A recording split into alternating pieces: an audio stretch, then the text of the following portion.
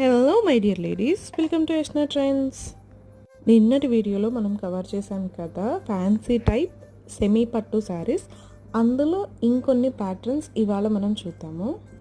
ఇవాళ శారీస్ కూడా మనకి ఫ్లవర్స్ డిజైన్ వస్తుంది, యానిమల్స్ థీమ్ వస్తుంది, బర్డ్స్ థీమ్స్ వస్తాయి, ఫారెస్ట్ థీమ్ వస్తుంది.